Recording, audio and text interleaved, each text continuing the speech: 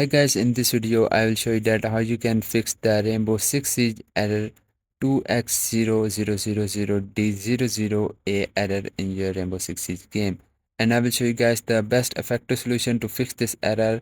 And let's go through the first solution. Go to your Windows search, type the CMD, right click on it and run as administrator.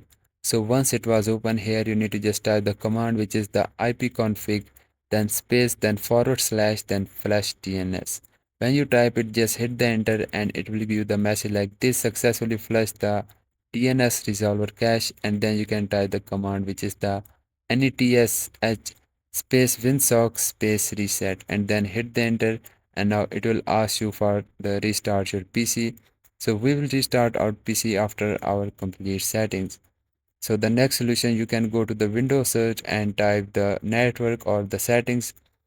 So when you type the network reset and open it, and now here click on the reset now, and you will see the option of the yes. So you can simply click on the yes, and now your whole network settings will be reset and your PC will restart, and this will also fix your issue. After that, if your problem still does not fix, then you can go with the next solution. So you can go to the Windows search, type the ncpa.cpl. So now you can open up the settings, and now here you will see your Wi-Fi or your Ethernet. You can select your network, right click on it, go to its properties.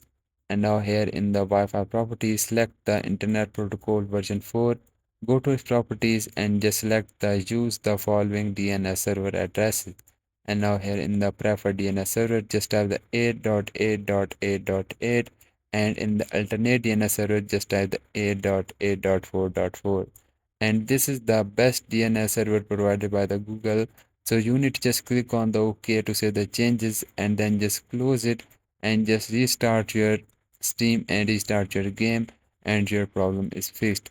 And guys, if this solution does not work for you, then you can open up your Rainbow Six Siege game and go to its properties, and now go to the installed files and click on the verify integrity of game files.